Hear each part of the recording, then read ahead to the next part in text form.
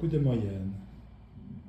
Ich bin dem Marco Glesener und ich feiere euch durch Lektionen. Willkommen an der ersten Lektion. Als erst imprimiert euch immer die Lektion. Es ist wichtig, dass ihr die Lektion für euch in Papierform habt.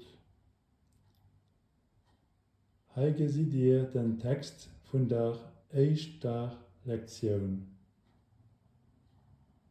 Der sieht den lützeburgischen Text und innen drin steht Wort für Wort Übersetzung an ihrer Sprache und an einer anderen Farbe.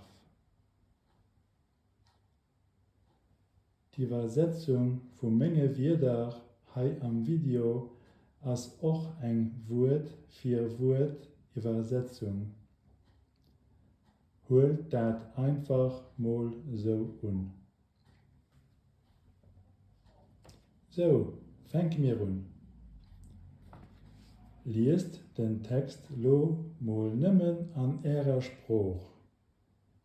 Liest Wort für Wort Übersetzung.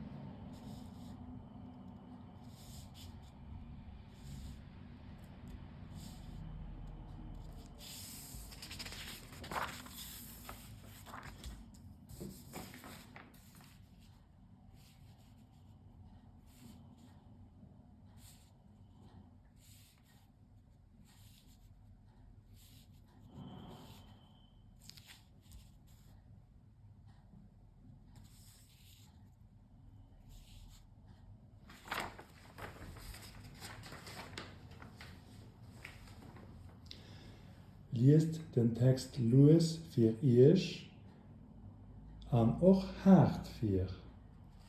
Das klingt komisch und witzig. Ihr dürft dabei lachen. Liest den Text so dax wie ihr wollt, hart für. Aber mindestens 10 Mal. So wie ihr den Text liest, denkt und überlegt ein Lützeburger. Wir sehen uns am nächsten Video herum.